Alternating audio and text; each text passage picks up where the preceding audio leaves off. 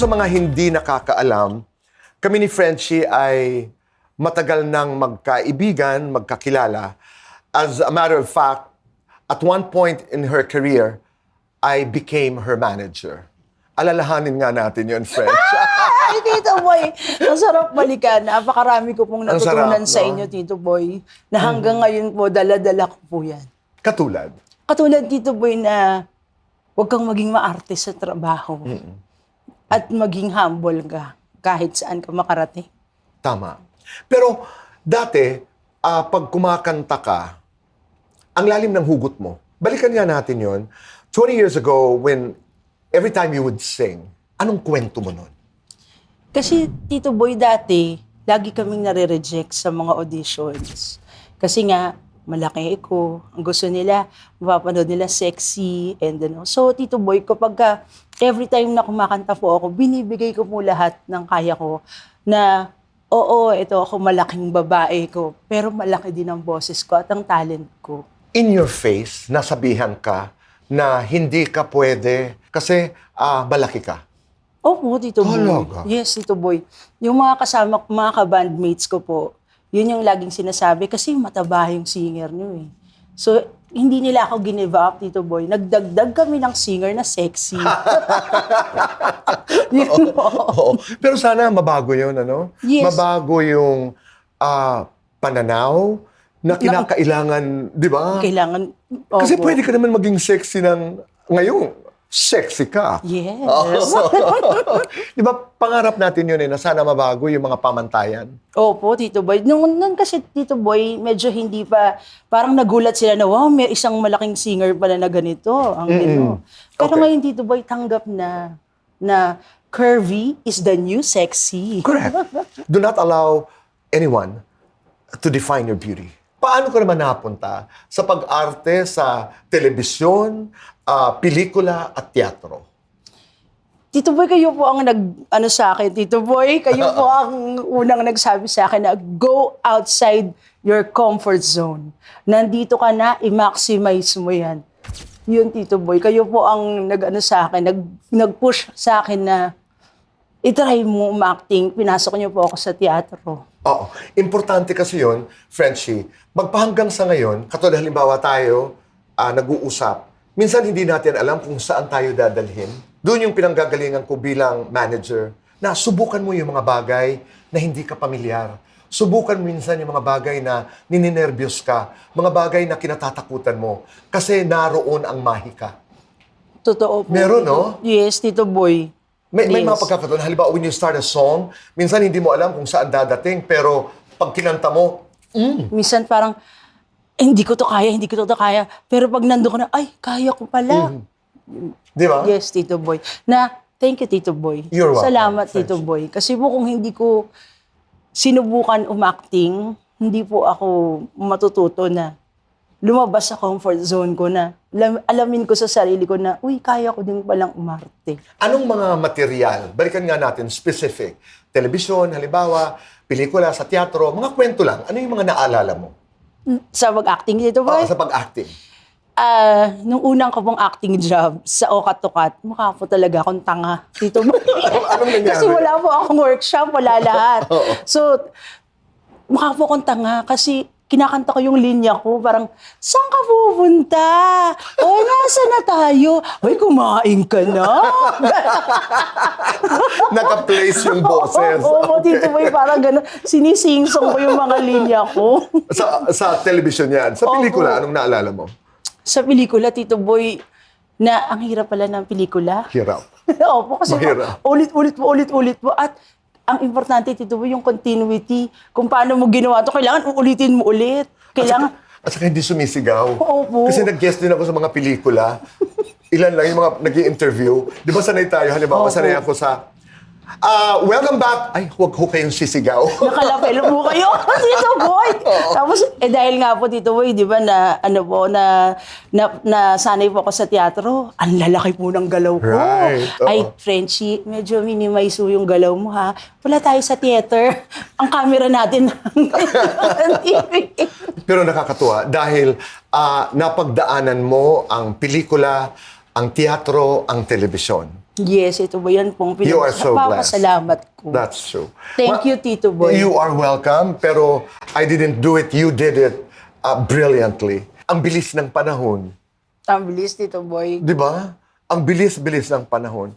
Sa iyong palagay, lalo na pag sa mga pagkakataong mag-isa ka, pag nakakapag-isip ka, bakit ako nagtagal ng 20 years dito sa industriyang ito? Anong sagot mo? Lagi kong iniisip, Tito Boy, na maraming mas bata, maraming mas magaling, maraming mas maganda, maraming mas higit sa'yo. Pero siguro, Tito Boy, ang pinaka tatagal talaga sa isang industriya is yung attitude. Yung paano ka makitungo sa mga katrabaho mo, at saka paano mo mahalin yung trabaho mo. Imagine, Tito Boy, 20 years na pala. Pagising ko, wow, 20 years na pala. It's a long time, pero napakabilis. Pero doon sa point na sinasabi mo, tama naman. Pero ako ang natutunan ko naman, you have to stick to your story. Dahil unique. Di ba? Mag-isa ka lang eh.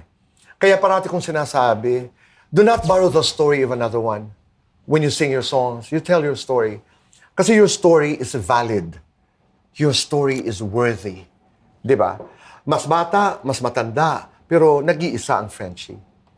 Wow, Tito Boy. Di ba? Ako naniniwala ako na ang pag-awit ay isa sa pinaka-epektibong paraan ng pagkukwento. Yes, Bang ito pinanggagalingan mo eh. Yes, Tito Boy. Kailangan po talaga yung pag kumakanta ka, para kang storyteller. Right. You are telling a story. At madalas din, Frenchie, manager na manager ho talaga ako patawad. Hanggang ngayon naman madalas pinag-uusapan ako, ano bang mas mahalaga, talent or pakikisama? Napakadalas sabihin na, importante naman talaga ang talent. You have to have talent. Pero when you're casting a play or you're casting a film or you're casting a television series, importante talaga yung namimili na lang ng dalawa. Sasabihin, uy, ang galing talaga niyan, ang galing niyan. Pero ang hirap matrabaho.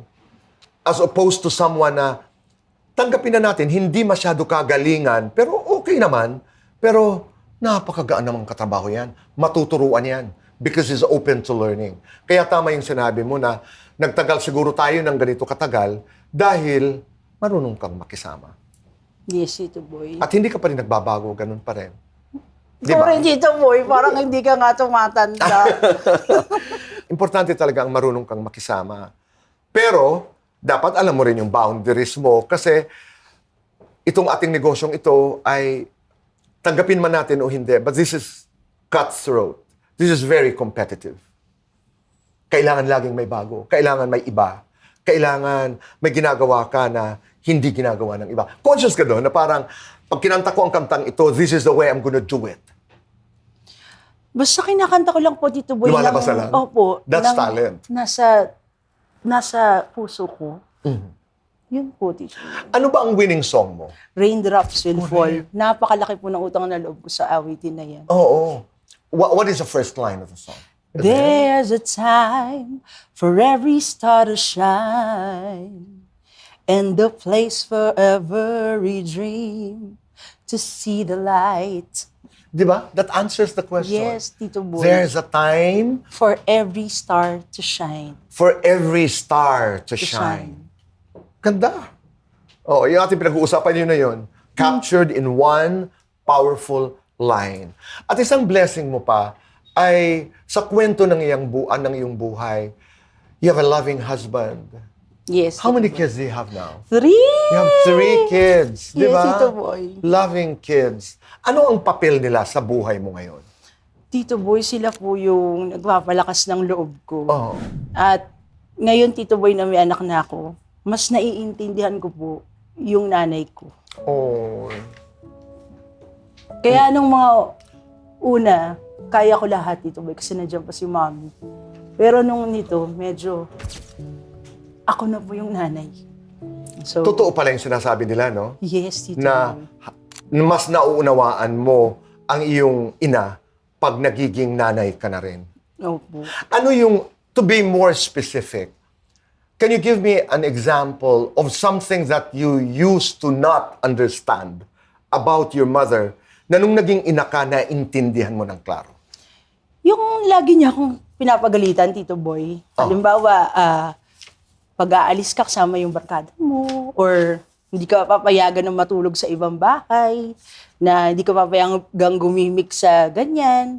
Ngayon po naintindihan ko na, Tito Boy, na halimbawa kung kayo, aalis kayo, wag na. Kung mag-good time kayo, happy-happy kayo, celebration, dito na lang sa bahay. Kasi nakikita kita. Dati hindi mo nauunawaan Hindi ko yan, no? nauunawaan. Parang ang stricto naman ng nanay. Oo, gano'n. Pero pag dito sa bahay, okay lang, gawin nyo. Mag-celebrate kayo dyan, minom kayo, kumain kayo. At least nandito ka, nakikita kita. Totoo yun. And what a humbling experience. At di saka, ba? Tito Boy, na ano ko rin po sa mga anak ko, tinuturo ko rin sa kanila na huwag ka rin matulog sa ibang bahay kasi meron kang sarili mong bahay. Totoo yun. Kasi Makes pag a lot nasa of ibang, sense. totoo nga naman, Tito Boy, pag nasa ibang bahay ka natulog, hindi na alam ng nanay mo ano yung ginagawa niya dun sa ibang bahay. Kung gusto mo yung matulog, gusto ng mga kaibigan mo, dito kayo matulog sa bahay. Ay, iisipin naman ng mga nanay nila, ano? Gagawa nila doon. Pero naiintindihan ko, ang laking pagbabago ng perspective na yun, di ba? Oh, pero, Tito Boy, ngayon ko nauunawaan ng nanay ko na lahat ng mga pinapangaral ko sa mga anak ko, Nanggaling. galing sa nanay ko. Tama. At saka ngayon mo rin siguro naunawaan, isusubo na lang, ibibigay Totoo, pa Tito sa'yo. Boy, kaya siguro na mayat ako. Yung pagiging selfless, di ba? Opo. And let's talk just a little bit about your husband. Anong klaseng tao ang asawa mo? Mabait na tao, Tito Boy. Para sa akin. What have you become because of your husband? May time, Tito Boy, na parang mainitin ang ulo ko, parang ganyan, nag-iiba ako ng ugali. Parang kinatok niya ako. Parang, teka muna, hindi na ikaw yan. Balikan mo yung ugali mo dati, hindi ka ganyan. Baka nababago ka ng estado mo sa buhay. Ganda naman. Only a person who loves you deeply can say that. Opo. Parang kailangan talaga, Tito Boy, Nangilabot naman ako. may isang tao na babasag sa iyo na malaman mo na, oops, oo nga, no? Parang nag-iiba yata ako. Was there a time when you wanted to walk away from the business? Wala, Tito Boy, kasi I love singing eh. And every time na parang, gusto ko laging kasama yung mga anak ko. Gusto ko nga po, pag kumakanta ako, kung nasan ako, kasama ko sila. Kaso hindi pwede kasi ang gugulo nila. Pero palagi po tayong kinakatok ng entablado. Kaya hanggat kaya kong kumanta, Tito Boy, kaya kong magtrabaho, gagawin ko po. And that's the spirit of a true diva. Alam mo, French, isa pa sa mga natutunan ko dito sa industriyang ito, nobody does it alone. You always have God, you have a friend, you have a husband, pero hindi ka talaga pwedeng mag-isa. Di ba? Kaya kanina when you started to talk about pakikisama, napakahalaga nun. Ang tanong, in your 20 years in the business, sino ang mga naging kaibigan mo? Mga kaibigan na natakbuhan, pag may nais makausap, mga kaibigang nakasama in good and in bad times, who are your friends? Sa industriya, Tito Boy, hindi po masyadong madami. Pero nandyan po si Eric Santos, Tito Boy. Si Ay Sigera. Na mahal din natin? Yeah, mahal na mahal ko po siya. Si Ay Sigera. Na mahal din natin? Yes, Lahat Tito natin Boy, mahal ko din po eh. Oo. Si Bituin Escalante. Ay, isa pang mahal natin. Si Kim Chu. Mahal din natin yun. Opo. Oo. Paano kayo naging close ni Kim? Si Kim po, nagkasama po kami sa isang teleserye, yung Fit Check. Tapos, simula po noon, naging close po kami. Hindi ba naging problema kung sino ang mas sexy at mas maganda? Alam naman po niya na ako. Oo, dapat yan. Klaro dapat yon.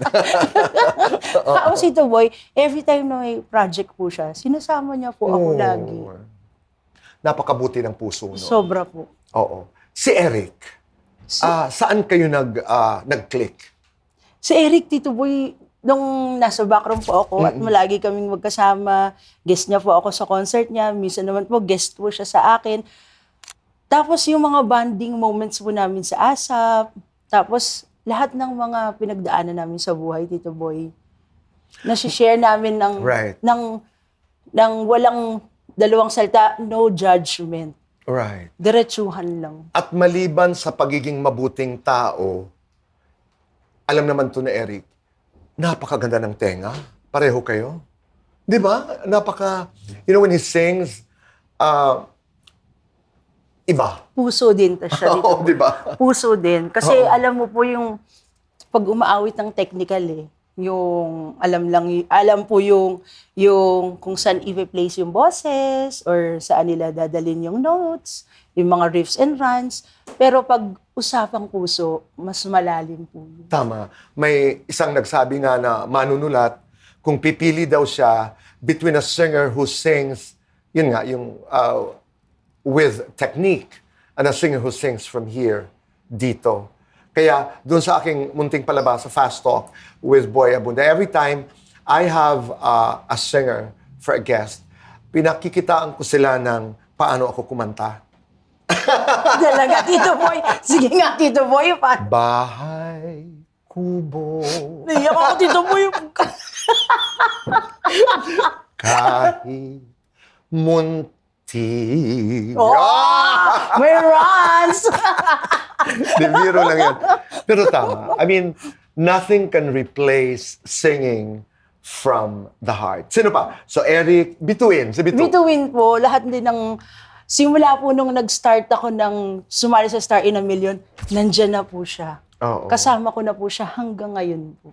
Ako naman, bilib na bilib ako dyan. Opo. The one time, she's doing Dream Girls, Ay, yes. which was directed by my friend, I mean, Direk one of my Bobby. best friends, Bobby Garcia. Direk Bobby. Isang beses si Bitu, walang boses. Nakwento niya po yan sa akin. My God. I mean, para sa akin, that was a true measure of not just professionalism, but brilliance.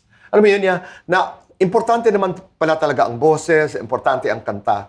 Pero kaya mo pala magkwento kahit wala kang boses, presensya lang. Galing Ang talaga galing niya. po ni Bituin. Ang galing, no? Ang dami ko rin pong natutunan sa kanya at saka isa din po siya sa naghikayat sa akin na magteatro ka, kaya mo. At saka naiinis ako dyan eh. Kasi medyo lamang siya sa akin ng konti. Sa ganda at sa galing. Saka sa Balakang, Tito Boy. Oo, totoo yun. No, but brilliant Bituin. Galing ni Bituin. Oo. Sino pa? Minention ng pangalan? Si Bitu. Si Ice po. Si Ice Sigera. Sigera. Isa pa. Si Derek Cathy Garcia Sampana. Isa pa. Si Rada. Hoy. Marami pa po, Tito Boy. Sila Lahat ng Kakay ito nakasama Bautista. Opo. Kakay Bautista. Kakay. Si Kakay, And Tito Boy, si OJ Mariano. another brilliant singer. Yes. Sabi nga ng paborito kong poetess si Maya Angelou, friends are supposed to lift you up. You look forward to seeing friends. Di ba? Yes, You Tito look Boy. forward to seeing them. And Tito Boy, pinagpapasalamat ko din po yung mga kaibigan ko na hindi po showbiz. Yung mga Oo naman. barkada ko, Tito Boy, simula elementary, yung best friend ko, simula elementary hanggang ngayon po. Pinagpapasalamat ko po siya. Oo, paliwanag mo sa amin kung bakit. Tito Boy, kasi sa lahat ng hamon ko sa buhay, sa lahat ng pinagdaanan ko, simula kami ng elementary, first Bell's palsy attack ko, nandiyan na siya. Hanggang ngayon, sa dulo ng... Hanggang ngayon, Tito Boy, never kami nagbitaw dalawa. Oo. Sabi mo nga kanina, no judgment. Ito yung mga kaibigan na Yes, Tito Boy. Kahit umuwi ka ng ganyan ka, no maganda ka pa rin. judgment. Oo. Kahit anong itsura mo, maganda ka pa rin. Kahit wala ka ng boses, maganda Go, magaling ka pa Ikaw rin. ang pinakamagaling. Kaya mo yan. That's a friend. At Diba? saka, Tito Boy, sasabihin diretso sa'yo na, uy, mali ka. That's a friend. Di ba? Sasabihin diretso, uy, hindi maganda yung suot mo. Oo. Huwag kang magdamdam ha, pero hindi maganda. Palitan Oo. mo yan. At saka nung bumirit ka, medyo sumablay ka ng May haggard konti. ka dun, ha? That's a... May haggard. Haggard ka dun ha. At diyan ko rin po pinagpapasalamat, yung PA ko, si Edmond po, na 21 years na po yan sa akin. Nandyan po siyo, ayun, nakatalikod. Oh. 21 years na yan sa akin, Tito Boy. Sa akin na siya na nagdalaga. Tama. Babalikan ko lang yung sinabi ko kanina, nobody does it alone. Meron at meron kang Edmond, meron at meron kang mga kaibigan. They make things easy for us. They make things happier for us. Yes. Kasi ako nararamdaman ko yun dahil hindi naman lingid sa kaalaman ng publiko na ako'y nag-umpisa bilang isang PA, bilang isang production assistant. Nangarap lumaban. But this is not about me. Ang sinasabi ko lamang ay napakahalaga nila sa kwento ng ating mga buhay. Yes, Tito Boy. Di ba? In the last years, hindi ka lamang nasa balita dahil sa husay mo sa pag-awit.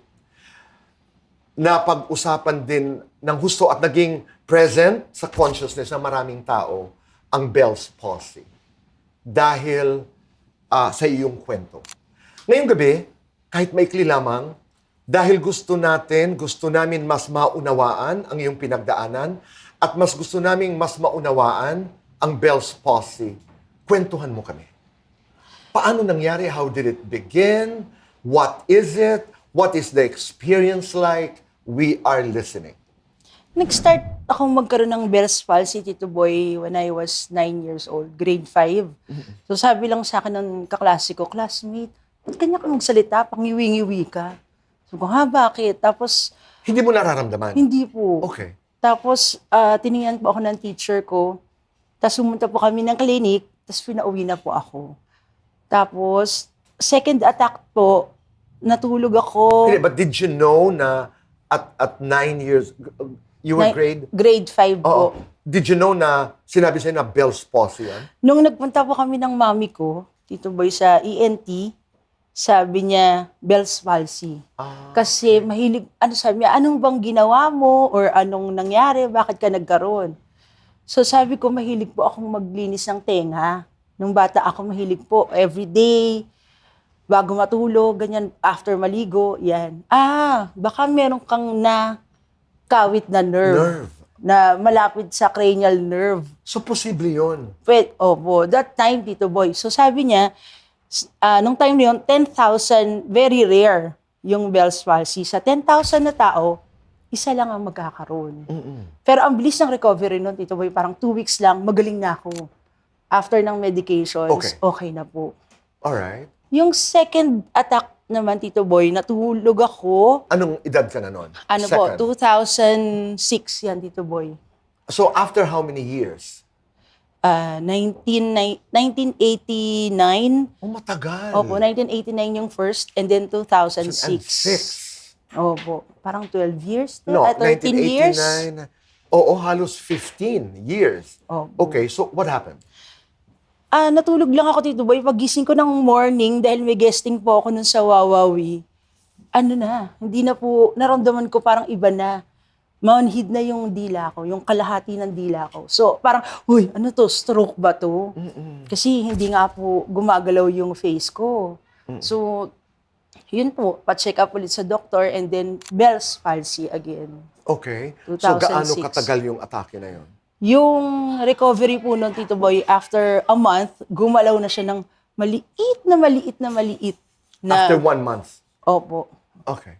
After 1 month, gumalaw na po siya ng maliit na movement. Tapos nagdire-diretso na po siya. Anong treatment? May meds? May therapy? Paano ba? Ang meds po, Tito Boy, first 2 weeks steroids. Steroids po. So tinanong ko rin po yan sa doctor kung bakit po kailangan ng steroids. Ang sabi niya, kasi yung nerves mo nadadamage na. So para maagapan natin na hindi siya ma-damage ng todo, is kailangan mag-steroids ka for ilang linggo. Yun po. Oh. Tapos, meron ding therapy. Yes, therapy. Yung kinukuryente po, yung may TENS, tapos infrared na mainit, tatapatan yung face mo for 15 minutes, and then kuryente na, yun po. Tapos massage and facial exercises. Nung po yan, nung second attack ko. Nung Tito second Boy. attack. Opo. Frenchie, may sakit kang nararamdaman pag umaatake? O manhid lang? Nung second attack ko, Tito Boy, masakit po talaga. Parang yun po yung pinakamalala kong attack nung Masakit second. siya. Masakit na parang bugbog na may pasa sa loob yung face na mabigat. Tapos Tito Boy, unti-unti siyang bumabagsak. Yun po kasi, Tito Boy, morning nangyari sa akin, afternoon, wala na. Bagsak na po talaga, as in, down na. Down na down. Matindi po yung Oh, second attack ko. naapektuhan ba ang iyong, maliban sa pagsalita, kasi naapektuhan, di ba? Nakakakain ka ba? Mahirap, Tito Mahirap. Boy. Mahirap po. Maski pag inom po ng water, mahirap. Kasi yung straw, hindi ko rin po mahigop. Oo. So, talagang iinumin ko na lang po, pero kailangan may pamunas ako dahil malalaglag siya talaga. Oo. Were you brought to the hospital? Yung sa second attack? Opo. Talagang Yes, Tito Boy. kailangan di ba? Ang pinakamahirap pa po na pinagdadaanan ng may Bell's palsy, yung sakit sa tenga. Yung sakit sa tenga na parang may ugong, na konting kaluskus lang. Ang sakit talaga, parang sasabog yung tenga, Tito Boy. At isa pa po, yung mata. Kasi hindi siya nagsasara. So, kailangan every time na matutulog, lalagyan ng tape and then eye patch. Kasi nagda-dry po siya. Yun yung pinakamahirap dito. Yung sa tenga, parang mga 2 months. Oh, ngayon pa lang, kasi kanina na-mention mo yung steroids, infrared, hospitalization. Mahal magkasakit ng Bell's palsy? Pasalamat po ako, Tito Boy. Hindi naman po. Hindi. Medyo mahal lang yung sa acupuncture. Mahal po yung Mayroong magpa-acupuncture. acupuncture. Opo. Okay. Kasi nung sa therapy po, libre naman po ako ng therapy kasi government hospital naman po yung pinagpapa-therapyan ko. So, nalilibre naman po. Hindi, yung pangkalahatan, general question ito. Sa mga may sakit ng Bell's palsy, kung hindi government hospital halimbawa, is it expensive? Tingin ko, Tito Boy, yes, kung hindi po sa government Oo. hospital. May steroids, may infrared, may lahat ng treatment, di ba? At saka mahal, Tito Boy, yung acupuncture.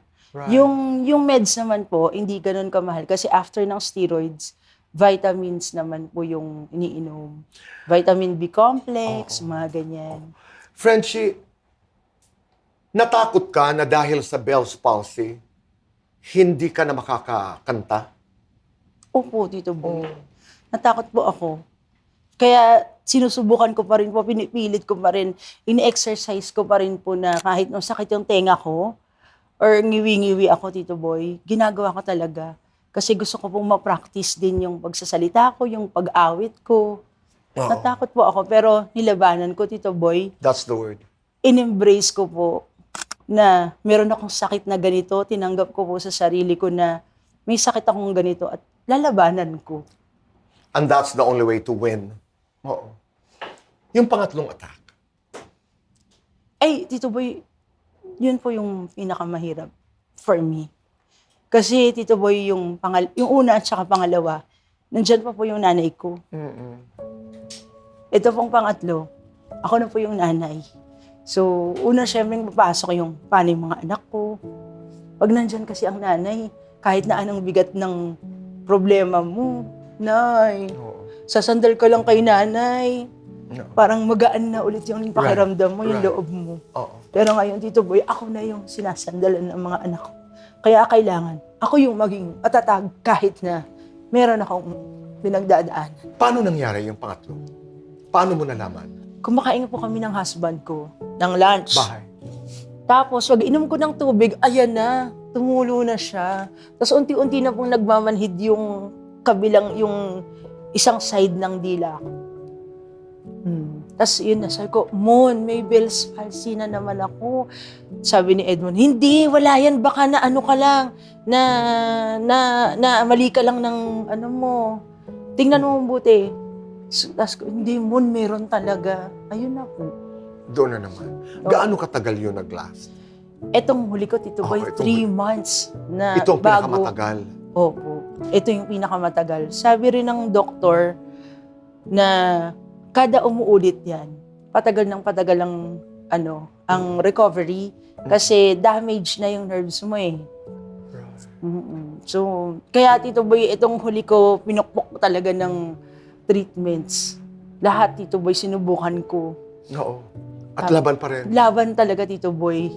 Kung kailangan magpa-acupuncture ako twice a week, kahit medyo minsan kulang na sa budget, sige, go lang. Kailangan kong makarecover, kailangan kong lumaban. Oo. Oo. And I get it. I get it. Sa mga nagmamasid, sa mga nakikinig ng ating pag-uusap, ano daw ba ang kausa? Ano daw ba ang cause ng Bell's palsy? Tito Boy, sa 3 beses ko, parang walang specific na dahilan kung ano ba yung nagiging Oo. cause nito. Laging pwedeng viral, pwedeng na ano ka ng hangin, tumatapat ka ba sa aircon, tumatapat ka ba sa electric fan, puyat ka ba? Or pwede ring may trauma ba na nangyari sa'yo, na aksidente ka ba, yung mga ganon, tatanungin po Tito Boy. Pero lahat yung Tito Boy, hanggang ngayon, wala pa rin pong specific na cause kung bakit Right. nagkakaroon ng bells. Pangalagaan ng kalusugan, isang paalala, at pag may nangyayari na ganito is you really have to consult an expert. Yes, Doc. Yes, Doc. A doctor. Yes, Doc. Oo. Sige, re-resetahan kita mamaya. Oo, oo, pero kailangan, di ba? Yung hindi lang hula-hula. Opo. Para hindi magtagal. Kaya nga po, pag kami nagtatanong sa akin, ano bang kailangan kong inumin? May Bell's palsy. Uy, tika muna, hindi ako doktor. Right. Magpunta ka muna sa doktor kasi kailangan yung body weight mo tama dun sa iinumin mong gamot. Advokasya mo na ito ngayon. Meron ka bang organisasyon? Meron ka bang, how do you call this? Do you have a platform? Tito Boy, sa ngayon po, wala po akong Kasi foundation parang ng Bell's naging ano ka na ngayon eh, naging advocate. no, Opo. advocate, and you have become one of the most visible speakers on Bell's palsy, di ba? So I'm sure natatanong ka ng madalas. Sana nga po, Tito Boy, magkaroon po ako ng foundation na ganyan. Oo. Kasi nung time po na nag-post po ako sa social media, nagulat po ako na napakarami pong meron. Meron nga po, Tito Boy, 8 times nagkaroon. Meron naman, 1-month-old pa lang nagkaroon, may Bell's palsy na siya. So, nangangarap po talaga ako na magkaroon ng Bell's Palsy Foundation. Tama. Pero sa ngayon, Tito Boy, meron po akong mga tinutulungan na Bell's Palsy patients na tinutulungan ko po yung kung paano yung mga facial exercises, kung meron po akong mga device sa bahay na ginagamit ko, pinagagamit ko po sa kanila, yun po. And every time you have a chance to talk about it, para mas palaganapin pa ang awareness, di ba? Yes, Tungkol Tito sa Boy. Bell's palsy, marami ka pang matutulungan. Yes, Tito Boy. Yan po din yung gusto kong mangyari, Tito Boy, na maging aware yung mga tao na itong sakit na to, pwedeng umulit. Tama. At nagpapasalamat po ako na ito lang po yung nangyari sa akin. Mukha lang. Kasi nakakagalaw pa po ako, nagagawa ko kahit na mag-alaga ako ng mga anak ko, mukha lang naman. At gagaling po tayo, babalik sa normal, sa tamang treatments, tamang masahe, yan. That's powerful. Kasi pinipili mo makita yung maganda. Mukha lang ito. And listening to you is inspiring. Buong katawan ko gumagana, makakapag-alaga ako. Hindi ang inuuna yung sakit. And that's about attitude. That's perspective. Kaya continue to inspire. Thank you, Tito Boy. Ang isa pa pong pinakamahirap na pagdadaanan ng may sakit na Bell's palsy, yung mental health. Oo. Kasi parang ngayon, nakakangiti ka ng maganda, nakaka-project ka, selfie ka, no? Tapos mamaya, biglang, hindi ka na Oo. makangiti. Kaya, Tito Boy, nung itong huli na nangyari sa akin, ko ano ba yan? Di ko alam kung babalik ba yung ngiti ko. Dapat ngumingiti ako sa lahat na lang ng tao na nakikita ko kasi di ko alam kung makakangiti pa ako ulit ng pantay. Kaya share a smile always. Tama. Tama. I will remember that. Ganda. At maraming salamat sa pagkakataong ito. No, na thank you, Tito Boy. tayo'y Thank you, nagkaroon Tito ng Boy. pagkakataon magkwentuhan at napapakinggan ng ating mga kaibigan. Maraming salamat. If you were to talk to the Frenchie who was starting her career 20 years ago, anong sasabihin mo sa kanya? Pasali pa lang siya, in-encourage siya ng nanay na sumali sa Star in a Million, Di pa niya alam ang lahat ng mga ito na mangyayari. Ano ang sasabihin ni Frenchie today sa Frenchie 20 years ago? Frenchie, mahal, ito ang pinili mong tahakin. Kailangan maging matatag ka sa lahat ng hamon mo sa buhay. Kailangan alam mo na yung mga pagdadaanan mong pagsubok, kaya mong lampasan, tsaka lagi kang manalig sa Diyos. Maraming salamat. You have my love, you have my respect, and I'm just so proud of you. Thank you, Tito Boy. I love you. I love you, I love you. Ang aking mensahe sa iyo ay, you make me proud not only because of your brilliance as a singer, but you make me proud because in the short time na tayo'y nakapagkwentuhan, one of the most important lessons I learned today, tonight, to be who you are, para makalaban ka, para makaawit ka ng kanta, para makapagbigay ka ng inspirasyon at katuwaan at kasiyahan sa iyong audience, para magawa mo ang lahat ng ginagawa mo, you have to have enough courage every day to show up, to be present, to be there, and to know that He's always up there. Yes. And people like us will always be here. Because alam namin na nariyan ka lamang. Nagmamahal, nag-aantay, nagmamasid, pero bahagi ng buhay. Maraming salamat. Thank you, Tito Boy. Lahat naman po mangyayari in God's perfect time. Lahat. Ano ba yan, Tito Boy? Naiyak ako. Thank you, Tito Boy. Thank you sa lahat ng mga Make tinulungan. up. Ayan mo na yan, Tito Boy. Good luck and all the best. All the best. All I the love best. you, Tito Boy. I love Thank you. you, Tito Boy. Oo. Thank you for Pagbutihan being mo. there, Tito Pagbutihan Boy. mo. Thank you. Pagbutihan mo rin.